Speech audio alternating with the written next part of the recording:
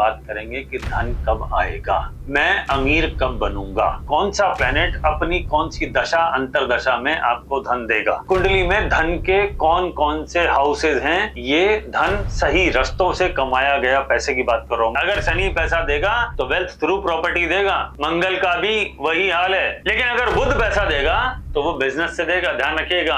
अगर बृहस्पति पैसा देगा तो ज्ञान के थ्रू पैसे की धन की प्राप्ति होगी। नमस्कार, आज के इस वीडियो में हम बात करने वाले हैं धन के बारे में। और ना सिर्फ हम धन योग की बात करेंगे, हम बात करेंगे कि धन कब आएगा, यानी पैसा कब आएगा, मैं अमीर कब बनूंगा। हर एक की कुंडली में धन से रिलेटेड बहुत सारे प्लैनेट हैं, बहुत सारे मींस 3, 4, 5 भी हो सकते हैं, वो धन देते हैं। लेकिन आपको ये पता होना चाहिए कि कौन सा प्लैनेट अपनी कौन सी दशा अंतरदशा में आपको धन देगा। तो जवाब तो साफ है कि प्लैनेट अपनी दशा या अंतरदशा में धन देगा, करेक्ट। लेकिन वो कौन सा प्लैनेट है जो आपको धन देगा, तो और कैसे देगा, ये दोनों इंपॉर्टेंट पॉइंट है। तो आज हम कुछ एग्जांपल लेके भी बात करेंगे और पहले तो ये समझेंगे कि कौन कौन सा प्लैनेट धन देगा।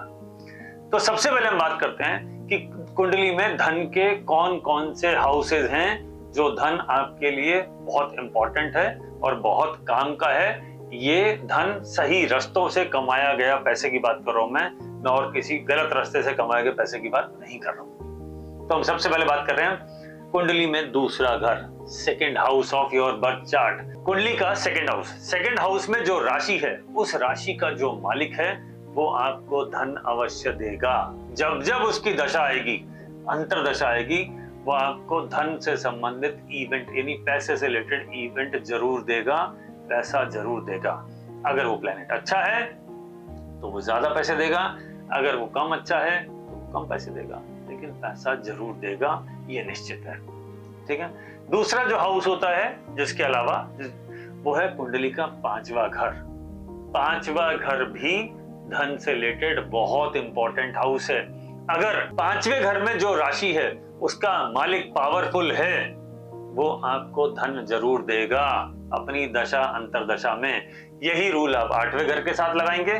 कुंडली में 8वां घर अष्टम ग्रह को सबसे खराब माना है, अष्टम राशि को सबसे खराब माना है, 8वें घर में बैठे हुए प्लैनेट को सबसे खराब माना गया है वैदिक ज्योतिष के रूल के हिसाब से।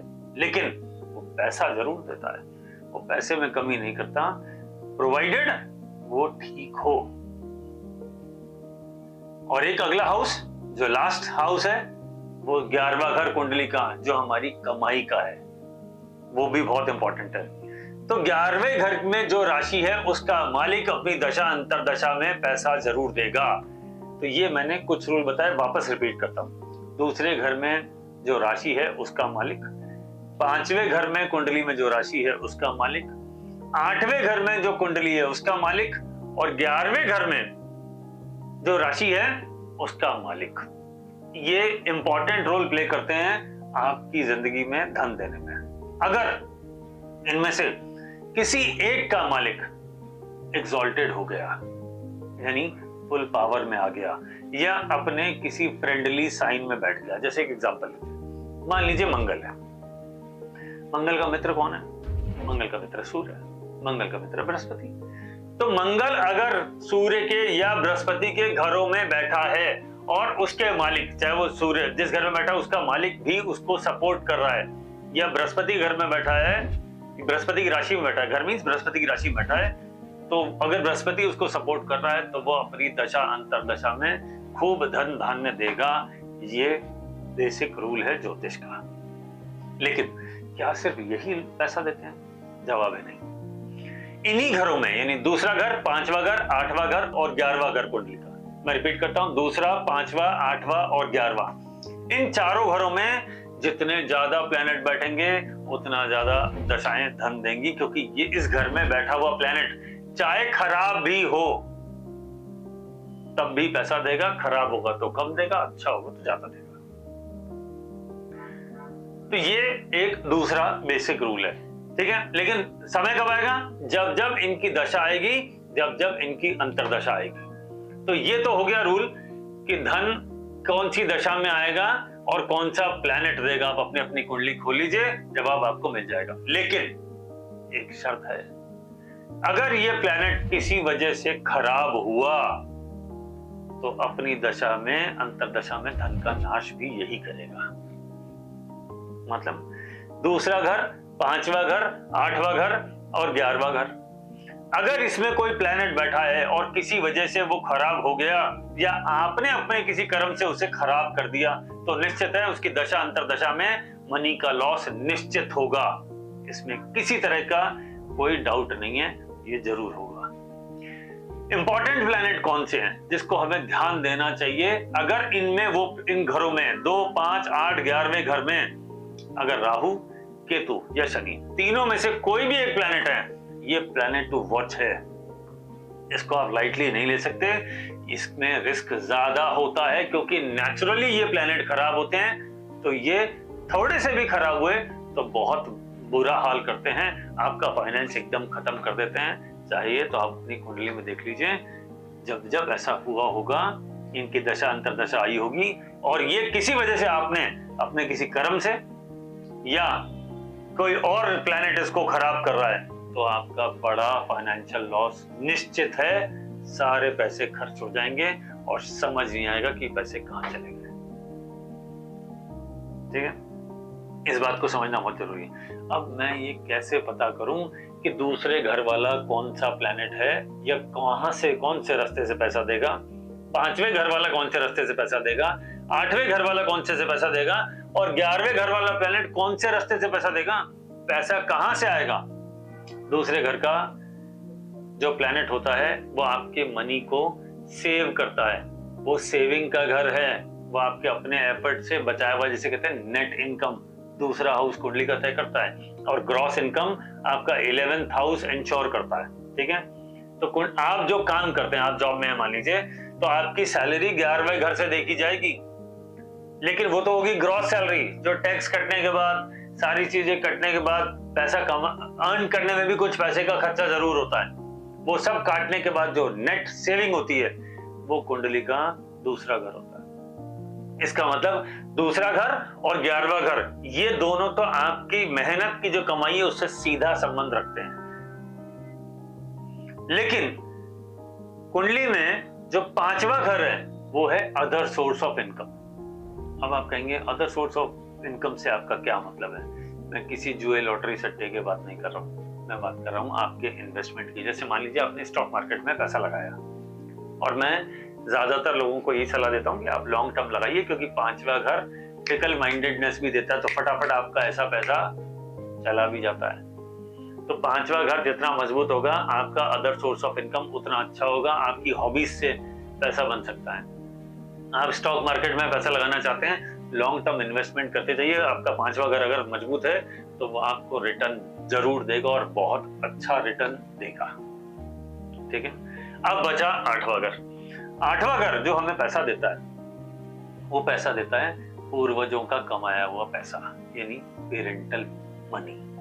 वो बैंक, आपके माता पिता या आपके दादाओं का, दादा का, यानी माता पिता, दादा, और इनका जो पैसा आता है आपके पास, जिसमें आपने कोई एफर्ट नहीं किया, एज अ फैमिली लीगेसी जो मनी आपको मिल रहा है, मैं उसकी बात कर रहा हूँ। पेरेंटल प्रॉपर्टी की बात कर रहा हूँ मैं, पेरेंटल वेल्थ की बात कर रहा हूँ। इसके अंदर प्रॉपर्टी भी आती है, इसके अंदर बैंक बैलेंस भी आता है, इसके अंदर ज्वेलरी भी आती है, इसके अंदर सब कुछ होता है। तो 8वें घर का पैसा वो पैसा है जिसके लिए आपने एफर्ट नहीं किया, किसी और ने कमाया लेकिन आपको दे दिया, यानी हमारे को कुछ खर्चा नहीं लगा। नेट तो ये भी एक तरह की नेट इनकम ही है, इसमें कोई टैक्स नहीं है, ऑलरेडी वो दे चुके हैं, करेक्ट, और आपने कोई एफर्ट भी नहीं किया, तो वो भी कोई चैलेंज नहीं है। तो अगर देखा जाए तो कुंडली में सबसे ज्यादा बढ़िया पैसा कौन सा होता है? जो पेरेंट्स जिनने दिया, लकी लोगों के, उनका, आपका जन्म ही ऐसे घर में हुआ जहां ऑलरेडी करोड़ों अरबों रुपए थे, बहुत सारी प्रॉपर्टीज थी, यू लकी। अब उतने लकी नहीं है, लेकिन 5वें घर आपको बहुत अच्छी इनकम जनरेट करके दे रहा है। आपकी सैलरी तो मान लीजिए 1 लाख रुपए है, लेकिन 5वां घर भी आपको इक्वली 1 लाख रुपए महीने का इनकम जनरेट करके देता है, you are again lucky. Other source of income, यानी 5वां घर, 11वां घर, दोनों बहुत बढ़िया रिजल्ट दे रहे हैं। आप तो पैसा अर्न कर रहे हैं, लेकिन साथ साथ आपकी वाइफ या आपके हस्बैंड भी इक्वली अच्छा मनी, अच्छा पैसा अर्न कर रहे हैं और वो सही जगह इन्वेस्ट कर रहे हैं या आप उसे सेव कर रहे हैं, ये सेकंड हाउस फैमिली इनकम आ गया। या आपके बच्चों ने भी पैसा कमाया जो आपके साथ ही उन्होंने क्लब कर लिया, शेयर कर लिया, वो दूसरा घर पारिवारिक इनकम। तो ये सारी चीजें देखकर ही तय होगा कुंडली में कि धन कब आएगा, कौन से रास्ते से आएगा, कौन सा प्लैनेट देगा, और जो भी प्लैनेट धन देगा वो अपने सिग्निफिकेशन से ही देगा। ये बेसिक रूल है। जैसे अगर शनि पैसा देगा तो वेल्थ थ्रू प्रॉपर्टी देगा, मंगल का भी वही हाल है, वेल्थ थ्रू प्रॉपर्टी ही देगा। मंगल भी प्रॉपर्टी कारक है और शनि भी प्रॉपर्टी कारक है। मंगल जमीन है और शनि कंस्ट्रक्शन है। लेकिन अगर बुध पैसा देगा तो वो बिजनेस से देगा, ध्यान रखिएगा, राइटिंग से देगा, कम्युनिकेशन से देगा। अगर बृहस्पति पैसा देगा तो ज्ञान से के थ्रू पैसे की, धन की प्राप्ति होगी। ऐसे हमको हर प्लैनेट को समझना पड़ेगा।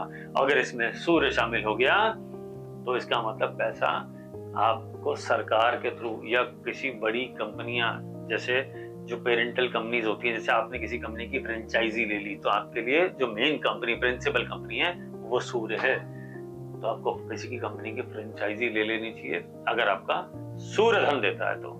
या सरकारी कुछ काम करिए, या तो गवर्नमेंट जॉब में चले जाइए या गवर्नमेंट के साथ कोई टेंडरिंग करिए, वो आपको काफी धन देगा।